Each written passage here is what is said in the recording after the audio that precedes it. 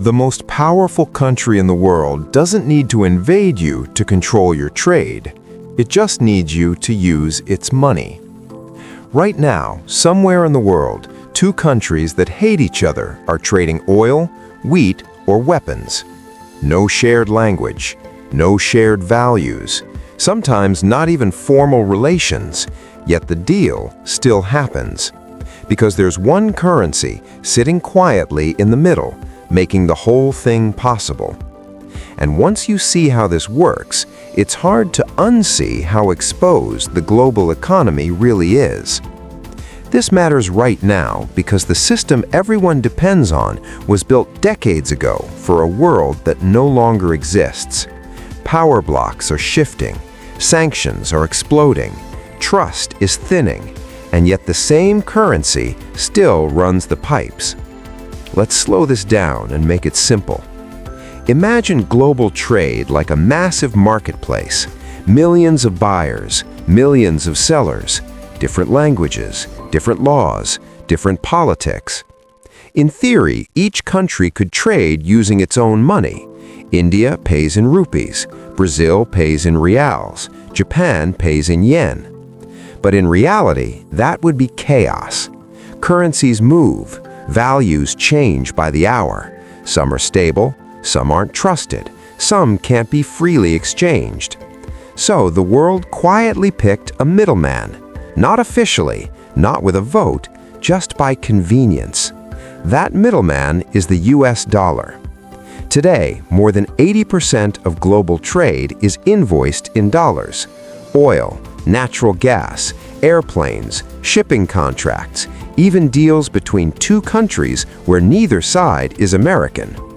That's the first uncomfortable truth. The dollar isn't just America's money, it's the world's operating system. How did this happen? Not because the dollar is morally superior, not because Americans are better at math. It happened because of timing, power, and one very specific deal. After World War II, most of the world was broken. Factories destroyed, currencies unstable, gold reserves drained. The United States, on the other hand, came out richer, industrialized, and holding most of the world's gold. So, in 1944, dozens of countries met and quietly agreed on a shortcut. They would peg their currencies to the US dollar, and the dollar would be backed by gold. Simple deal. If you trust the dollar, you indirectly trust gold. That system eventually broke. The gold backing was removed in the 1970s. But here's the part most people miss. The habit didn't. By then, global trade contracts were already written in dollars. Banks were wired for dollars. Shipping insurance priced in dollars. Commodity markets settled in dollars.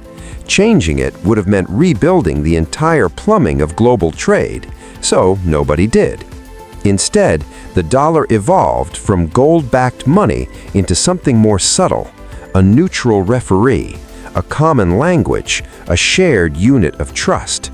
But neutrality is an illusion, because whoever controls the currency controls the rules. Here's where the mechanics get interesting. If you're a country that imports oil, you don't just need oil, you need dollars. That means you need dollar reserves. To get dollars, you must export goods, borrow, or attract investment, all of which tie you deeper into the dollar system. Now scale that up. Central banks around the world hold trillions of dollars in reserves, not because they love America, because global trade demands it. This creates a quiet dependency loop. The world needs dollars to trade.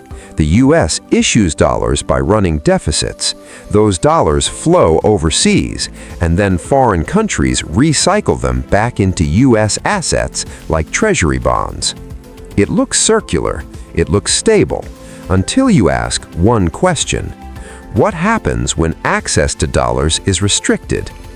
That's when the real power shows up. Because the dollar system isn't just money, it's infrastructure. Payments clear through US-linked banks. Settlements pass through systems that US can see. Reserves are often held in U.S. institutions. So when sanctions hit, they don't just block trade, they freeze oxygen. A country can have goods, buyers, sellers, but without dollars, the deals stall. This is why sanctions today are more powerful than bombs. They don't destroy buildings, they freeze systems. And this is where irony creeps in. The dollar is trusted because it's stable, but it's stable because everyone is forced to trust it. A self-reinforcing loop. Now, let's talk about the uncomfortable math. The U.S. can run massive deficits year after year without